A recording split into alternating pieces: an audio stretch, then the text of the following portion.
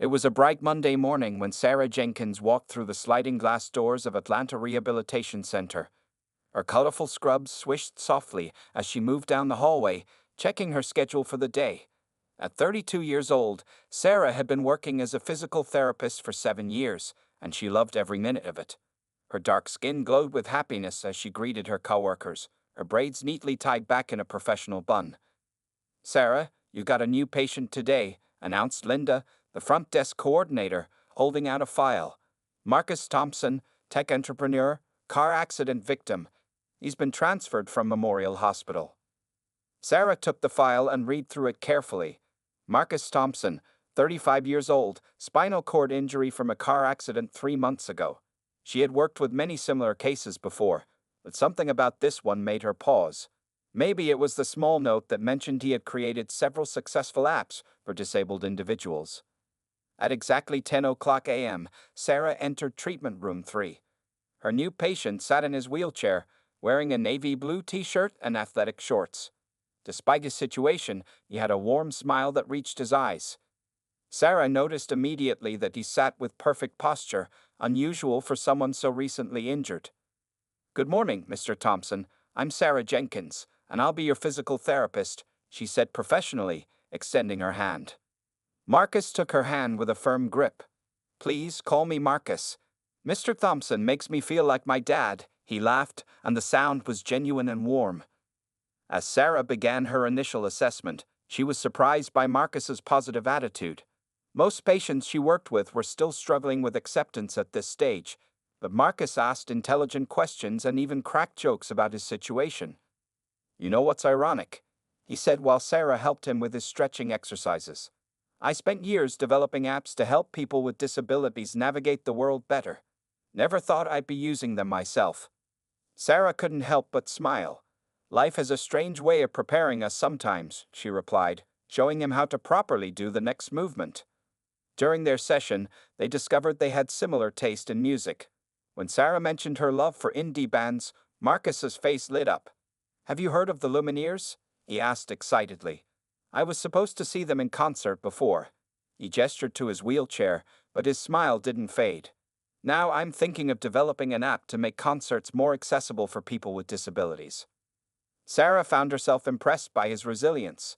While other patients often needed emotional support during their first sessions, Marcus kept turning the conversation toward positive topics. He asked about her family, and Sarah told him about growing up in Atlanta with her 3 sisters and their Sunday family traditions. "Your family sounds wonderful," Marcus said sincerely. "Mine is just my mom and younger brother in California. Mom's been wanting to visit since the accident, but I kept telling her I'm fine. Maybe I should let her come now that I'm settled in therapy." As their session progressed, Sarah noticed something different about Marcus. It wasn't just his disability that set him apart. It was his genuine interest in others and his quick wit. When she explained a particularly challenging exercise, he quipped, "So you're saying I shouldn't try to enter a dance competition next week?" The hour passed quickly, and before Sarah knew it, it was time to end the session. As she helped Marcus schedule his next appointment, he said something that would stick with her for days to come. "You know, Sarah, some people treat me differently now, like the wheelchair is all they see, but you treated me like a person first. Thank you for that." Sarah watched as he skillfully maneuvered his wheelchair toward the exit. "Same time Wednesday," he called over his shoulder. "Wednesday it is," she confirmed, finding herself looking forward to it more than she probably should. That evening, as Sarah drove home, she couldn't stop thinking about her new patient. There was something special about Marcus Thompson, something that went beyond his disability or his achievements. It was his spirit, she decided, his ability to face adversity with grace and humor. Little did Sarah know that this ordinary Monday marked the beginning of an extraordinary journey. As she pulled into her driveway, she had no idea that the new patient in treatment room 3 would become someone who would change her life forever. 2 weeks had passed since Sarah first met Marcus, and their therapy sessions had become the highlight of her workdays. Today, she was having lunch with her 3 closest friends at their favorite cafe near the rehabilitation center. The autumn breeze rustled through the outdoor seating area as Sarah listened to her friends' reactions about Marcus. "Girl, are you serious? A disabled patient?" Michelle leaned forward, her fork posing halfway to her mouth. I know that look in your eyes when you talk about him. You're catching feelings? Sarah stirred her iced tea slowly, watching the ice cubes dance. It's not like that. He's just different. He's smart, funny, and he doesn't let his disability define him. Tanya, who had known Sarah since college, shook her head. Sarah, honey, I'm worried about you. Taking care of a disabled person for the rest of your life? That's a huge responsibility. Have you really thought this through? I'm not planning to marry him, Sarah defended, feeling her cheeks warm up. I'm just saying he's an interesting person. Why does everyone focus on the wheelchair? Their fourth friend, Angela, who had been quiet until now, spoke up. You know how people are going to look at you, right? A black woman with a disabled white man? People already stare at interracial couples enough. Sarah put down her fork with more force than necessary. I can't believe what I'm hearing. Weren't we just talking last week about how people need to be more accepting? How is this any different? Back at work, Sarah tried to keep things professional with Marcus during their session, but he noticed something was off. After completing his exercises, he wheeled his chair closer to where she was updating his chart. Bad day? He asked gently. You seem distracted. Sarah hesitated, then sat down in the chair beside him. Just some friends giving unwanted opinions about things they don't understand. Marcus nodded knowingly. Let me guess. They think being in this chair means I'm not capable of having a normal life. Something like that, Sarah admitted. They act like having a disability makes someone less of a person. It's frustrating. Try being on this side of it, Marcus said with a slight smile. Last week, I was at a restaurant, and the waiter asked my friend what I wanted to order. Like the wheelchair affected my ability to speak. Despite herself, Sarah laughed. Marcus had a way of making difficult situations seem lighter. You know what, though? He continued, his expression becoming more serious. The stares, the whispers, the awkward questions, they don't bother me anymore. What matters is who I am, not what I can or can't do physically. Sarah found herself nodding. That's exactly what I tried telling my friends. They're so focused on your disability that they can't see past it to the person you are. And what person is that? Marcus asked, his eyes twinkling with curiosity. Someone who created 3 successful apps before the age of 35. Someone who makes terrible dad jokes during therapy sessions. Someone who hasn't let a life-changing accident stop him from planning his next big project. Marcus wheeled his chair even closer. You know, Sarah, most people treat me differently after the accident. They either pity me or avoid me altogether. But you see me, the real me. Sarah felt her heart skip a beat. Maybe because I was taught to look at people's hearts, not their circumstances. Would this heart of mine be interested in getting coffee sometime? Marcus asked, his confidence wavering slightly. I know it's not conventional, with you being my therapist and all. Sarah knew she should say no. It was against professional protocol to date patients. But something in her heart told her this was different. This was special. I would have to transfer you to another therapist first, she said slowly, to avoid any conflict of interest. Marcus's face lit up. Is that a yes? That's a let me talk to my supervisor first, Sarah smiled. But probably yes. As Sarah watched Marcus leave that day, she realized something important. Her friend's concerns came from a place of love, but they were wrapped in prejudice. Sometimes the biggest surprises in life come when you're brave enough to look past what others think and follow your heart instead. The wheelchair didn't define Marcus, just like her skin color didn't define her. They were both so much more than what the world saw at first glance. And maybe, just maybe, that's what made their connection so special. 1 month after Sarah transferred Marcus to another physical therapist, they sat together at a small cafe downtown for their 3rd official date. The evening sun cast a warm glow through the windows as Marcus told Sarah about his latest app idea, his hands moving excitedly as he spoke. It's going to help people in wheelchairs find the most accessible routes around the city, he explained, his eyes bright with passion. No more showing up to restaurants only to find steps at the entrance. Sarah watched him with admiration, stirring her cappuccino. You really never stop thinking about ways to help others, do you? Well, Marcus grinned. My current motivation might be slightly selfish. I want to take you to all the best places in Atlanta without any awkward surprises. Their dating life wasn't what most people would consider typical, but they made it work beautifully.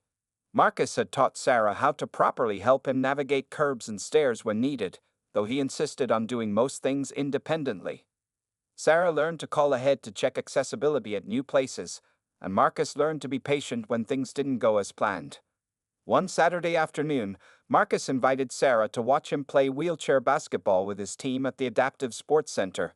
She sat in the bleachers, cheering loudly as Marcus skillfully maneuvered his sports wheelchair across the court, scoring point after point. "I didn't know you were such an athlete," Sarah exclaimed after the game, handing him a water bottle. Marcus wiped his forehead with a towel, laughing. "There's a lot you still don't know about me, Sarah Jenkins. For example, I'm also an excellent cook." "Really?" Sarah raised an eyebrow skeptically.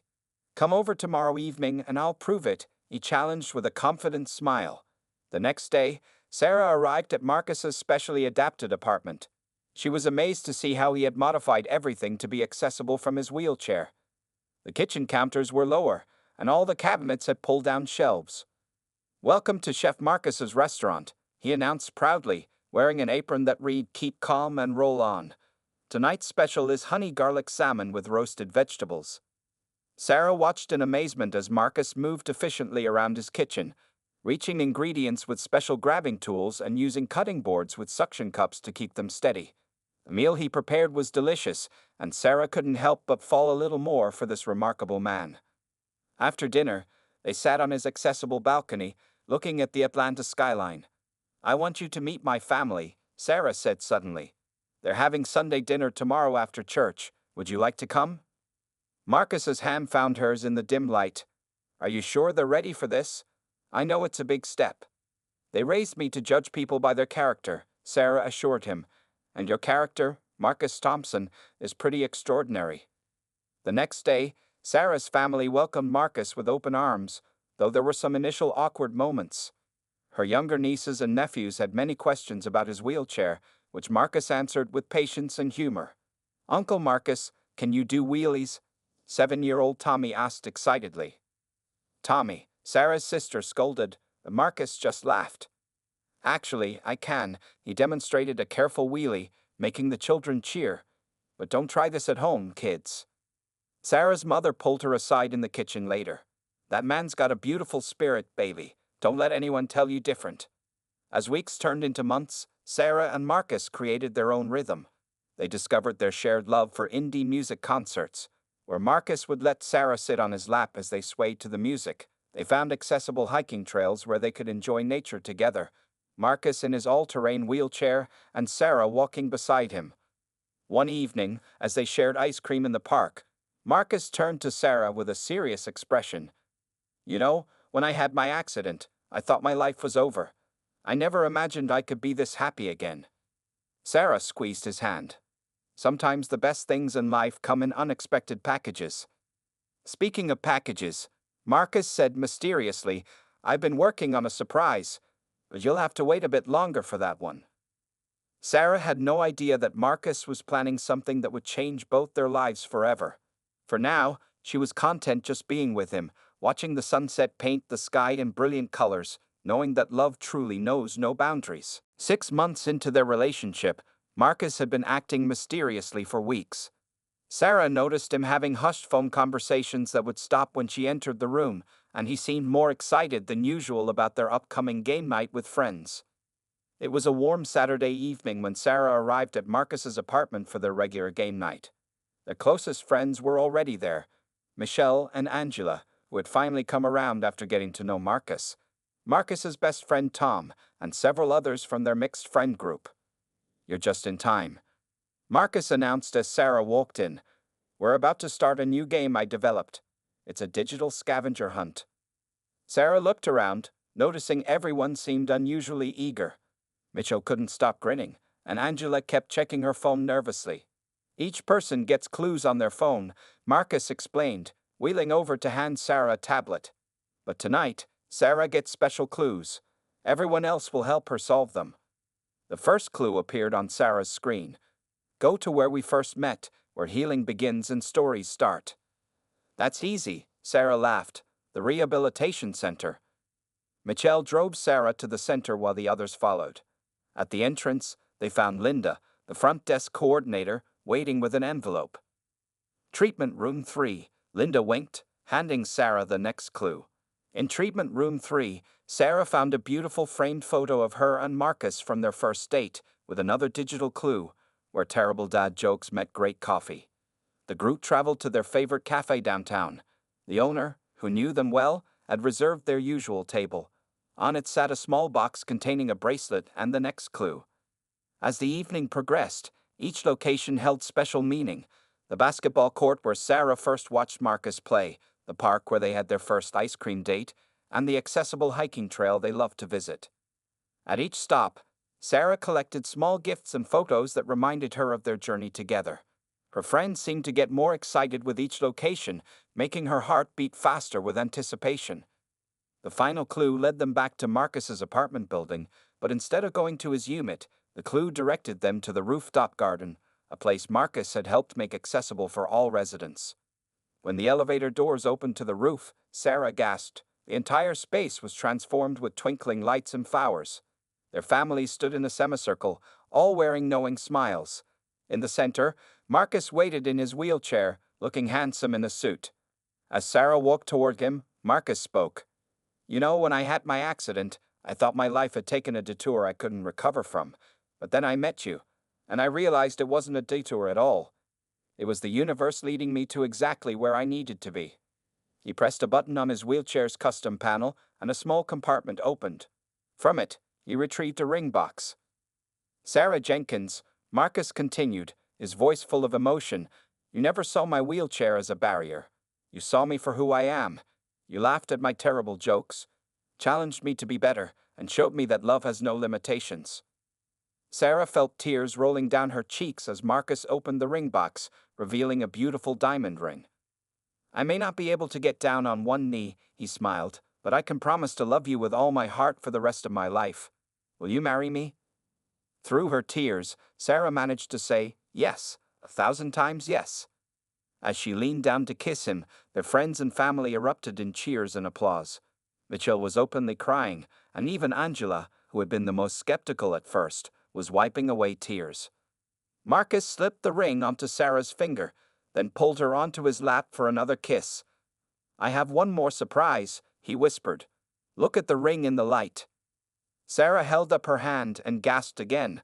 Marcus had designed the ring himself. The pattern on the band was actually tiny wheelchair symbols intertwined with hearts, forming a beautiful and meaningful design that most people wouldn't notice at first glance. "It's perfect," she whispered back, resting her head on his shoulder. "Just like us." As their families gathered around to congratulate them, Sarah realized that this was just the beginning of their story. Love had brought them together, understanding had made them stronger, and now faith in each other would lead them forward into their future together. With 6 months until their wedding day, Sarah and Marcus faced the unique challenge of planning an accessible celebration that would honor both their love story and their family's traditions. Their first stop was the Perfect Day wedding venue, where the owner's smile faded slightly upon seeing Marcus in his wheelchair. "We have beautiful stairs leading to our ceremony space," the owner said, speaking to Sarah while barely glancing at Marcus. "Very photogenic." Marcus wheeled forward, making sure he couldn't be ignored. "Actually, we're looking for something without stairs, something accessible for all our guests." Sarah squeezed Marcus's shoulder as they left their third unsuccessful venue visit that day. "We'll find the right place, honey, something perfect for us." That evening, while visiting Sarah's parents for dinner, her father made an unexpected suggestion. "What about the botanical gardens? They renovated last year to make all their paths wheelchair accessible. Your mother and I saw it last weekend." Sarah's eyes lit up. "Dad, that's brilliant. Marcus, we could have the ceremony in the rose garden and the reception in their new glass pavilion." The botanical gardens turned out to be perfect, but it was just the first of many hurdles they needed to overcome. When they met with the dance instructor for their first wedding dance lessons, the young woman looked confused.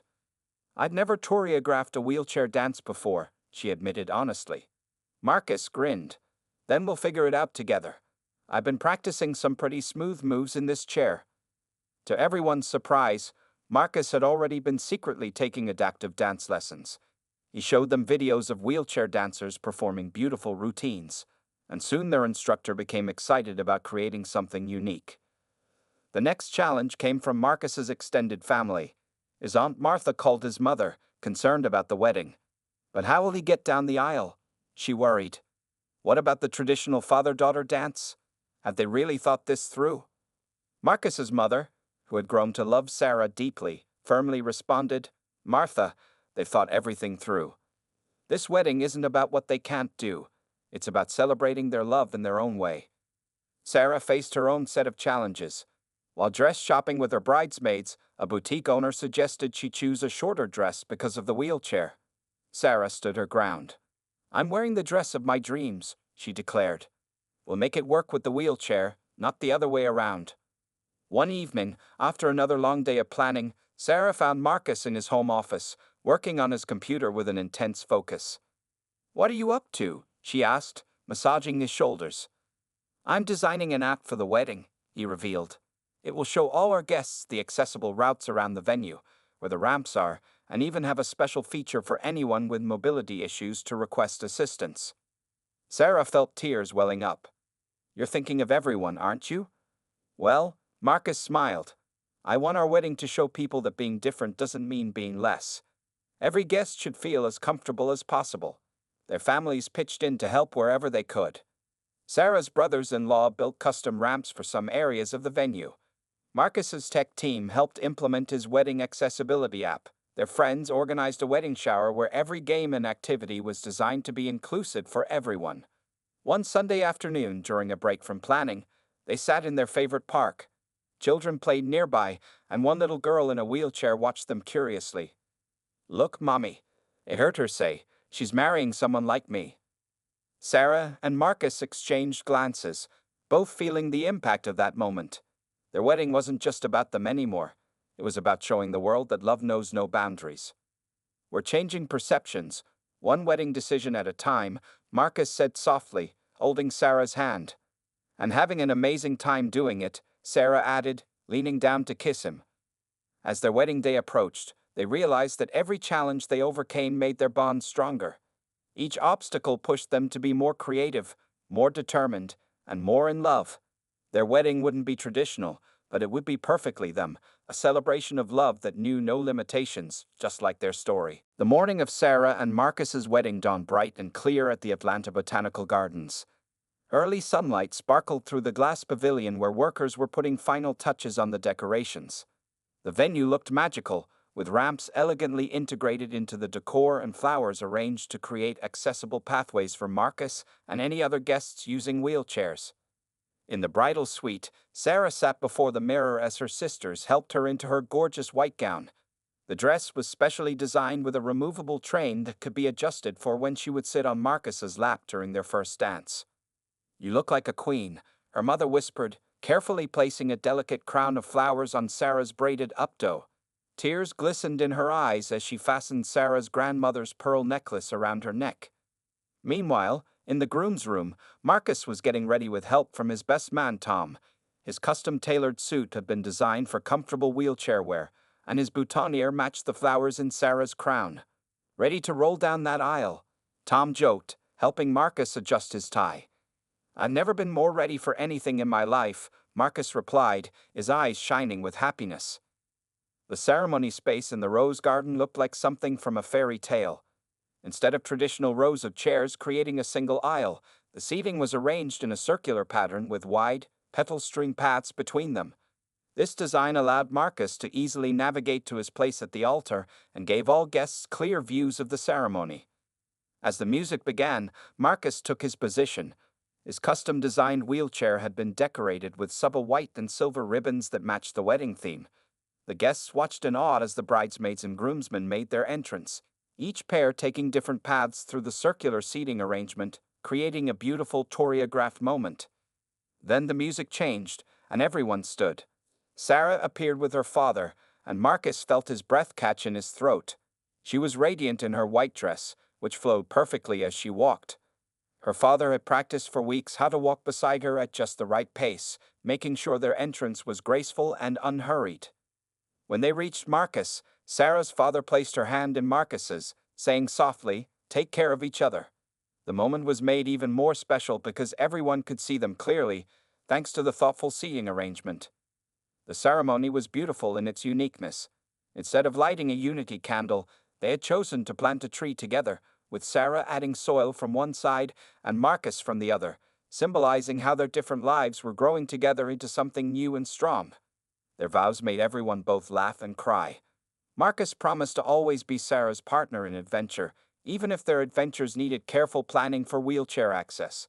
Sarah vowed to always see with her heart and to face any challenge by his side. The reception in the glass pavilion was a celebration of their love story. Marcus's wedding accessibility app helped everyone navigate the space easily. The dance floor had been specially designed to be smooth for the wheelchair, and their first dance took everyone's breath away. They had practiced for months, and it showed. Sarah alternated between dancing beside Marcus's wheelchair and sitting on his lap as he expertly spun and moved to the music. Their dance was a beautiful blend of traditional and adaptive moves that showed how love could create something new and beautiful. During the father-daughter dance, Sarah's father surprised everyone by borrowing a wheelchair so he could dance with his daughter the same way Marcus had, showing his support and acceptance of their love in the most touching way. The evening was filled with joy, laughter, and happy tears. Children at the wedding were fascinated by Marcus's decorated wheelchair and how smoothly he moved on the dance floor. One little girl in a wheelchair, who had come with her parents, got a special dance with both Sarah and Marcus. As the sun set, casting a golden glow through the glass pavilion, Sarah and Marcus shared a quiet moment together. "We did it," Sarah whispered, sitting on Marcus's lap as they watched their guests enjoying the celebration. "We sure did," Marcus replied, pulling her closer. "And this is just the beginning of our story." Their wedding day proved that love doesn't need to follow traditional paths to be beautiful. It just needs two hearts willing to find their own way together. The wedding reception was in full swing at the glass pavilion. Sarah and Marcus sat at their beautifully decorated table, surrounded by their closest friends and family. The evening had been perfect, filled with love, laughter, and dancing. Now it was time for the speeches. Michelle, Sarah's best friend who had initially been skeptical of their relationship, stood up first. As she spoke about how Marcus had proved her wrong and showed her what true love looked like, Sarah squeezed her husband's hand, remembering their journey. Then it was Tom's turn, Marcus's best man and longtime friend. He walked to the center of the dance floor, microphone in hand, but instead of starting his speech, he looked at Marcus with a knowing smile. "Actually," Tom announced, "Marcus has something he'd like to share with everyone, especially with his beautiful bride." Sarah turned to Marcus, confusion written on her face. He took her hand and wheeled them both to the center of the dance floor. The room fell silent with anticipation. "Sarah," Marcus began, his voice full of emotion, "you know I've been going to extra physical therapy sessions these past few months." Sarah nodded. She had assumed it was to prepare for their wedding dance. "What you don't know," he continued, "is that I've been part of a new medical trial. My doctors found some promising nerve activity in my legs, and I've been working with a team of specialists." The room was completely silent now. Sarah's heart began to race as Marcus went on. "I didn't want to say anything until I was sure. I didn't want our relationship or your decision to marry me to be based on false hope. I wanted you to choose me exactly as I am." Marcus pressed a button on his wheelchair, activating the special braces he had hidden under his wedding pants. Sarah gasped as she realized what was happening. Slowly, with Tom moving to stand beside him for support, Marcus began to move. "The treatment isn't a miracle cure," he explained as tears started rolling down Sarah's cheeks. "But with these new adaptive braces and continued therapy, I might be able to stand for short periods and even take a few steps." To demonstrate, Marcus carefully shifted his weight. With Tom's support and the braces' help, he slowly rose from his wheelchair. Sarah covered her mouth with her hands as Marcus stood before her, wobbly but upright, at their wedding reception. "I may never walk normally," he said softly, looking into her tear-filled eyes. "But I wanted to stand with you, just for a moment, on our wedding day." Sarah stepped forward and wrapped her arms around him, both of them crying now. The room erupted in applause and cheers. There wasn't a dried eye in the pavilion. "Why didn't you tell me?" Sarah whispered through her tears. "Because I fell in love with you watching how you treated me in the wheelchair," Marcus replied. "You never once made me feel less than whole. You love me for who I am, not for who I might become. That's why I wanted to wait until after we were married to share this news." They stood together for another minute before Marcus needed to sit back down. As he settled into his wheelchair, Sarah perched on his lap, still wiping away happy tears. Marcus's doctor, who had been invited to the wedding, stepped forward to explain to their curious guests. The new treatment combined innovative nerve stimulation technology with intense physical therapy. While it wouldn't fully restore Marcus's ability to walk, it offered hope for partial mobility improvements. "This is just the beginning of the journey," the doctor explained. "Marcus has months of therapy ahead, and there are no guarantees, but his progress so far has been remarkable." Sarah laughed through her tears. "So this is why you kept having those secret phone calls?" "And why Tom kept coming over for guide time?" Marcus grinned. "He was helping me practice standing." As their guests celebrated this unexpected news, Sarah leaned close to Marcus's ear. "You know this doesn't change anything, right? I fell in love with you, not your ability to stand or walk." "I know," Marcus replied, pulling her closer. "That's exactly why I waited to tell you. And that's exactly why I know our love can handle whatever challenges come next." They shared a tender kiss as their families gathered around them, everyone eager to hear more about this new chapter in their journey. Their wedding day had brought not just the joy of their union, but also the promise of new possibilities ahead. 1 year had passed since Sarah and Marcus's magical wedding day. Their lives had transformed in ways neither of them could have imagined. They sat together on their accessible back porch of their new home, watching the sunset paint the sky in brilliant colors. Marcus had made remarkable progress with his therapy, though the journey wasn't always easy. There were days of triumph when he could stand for several minutes using his braces, and days of frustration when his body wouldn't cooperate. Through it all, Sarah remained his biggest supporter, celebrating every small victory and holding his hand through every setback. "Remember when you thought standing at our wedding would be the biggest surprise?" Sarah laughed, sitting comfortably on Marcus's lap as they shared their evening tea. Marcus grinned, thinking about their latest achievement, his newest app, designed to help people with disabilities find accessible housing, had just won a major technology award. Sarah had been there at the ceremony, beaming with pride as her husband wheeled onto the stage to accept the honor. "Who would have thought we'd end up becoming accessibility advocates?" he said, wrapping his arms around her waist. Their story had gone viral after the wedding, touching hearts across the country. News outlets wanted to interview them, and disability rights organizations invited them to speak at events. Together, they had started a foundation called Love Without Limits that helped other couples navigate relationships where one partner had a disability. Sarah continued working as a physical therapist, but now she specialized in helping couples learn to adapt to life with disabilities. Her experience with Marcus had given her unique insights that her patients appreciated. "Guess what Tommy asked me today?" Sarah said, referring to her young nephew. "He said he wants to design wheelchairs when he grows up, just like Uncle Marcus's cool one." Marcus smiled, remembering how Sarah's family had embraced him completely. Sunday dinners at her parents' house were still a weekly tradition, and her mother had insisted on making their home accessible, installing ramps and widening doorways so Marcus could move around freely. Their own home had become a model of accessible design. Marcus had worked with architects to create spaces that were both beautiful and functional. Other couples often visited to get ideas for their own homes, and Marcus was always happy to share his experiences. "Dr. Roberts called today," Marcus said, referring to his rehabilitation specialist. "He wants us to speak at the medical conference next month about the importance of emotional support in physical therapy." Sarah nodded enthusiastically. "We should do it. Our story might help other couples understand that love isn't limited by physical abilities." They had learned that their journey inspired not just couples dealing with disabilities, but anyone facing challenges in their relationship. Their message was simple but powerful: love sees the person, not the circumstance. As they sat together watching the stars appear, a car pulled into their driveway. It was Tom and Michelle, arriving for their weekly game night. These gatherings had become even more special since Michelle and Tom had started dating, another unexpected joy that had come from Sarah and Marcus's love story.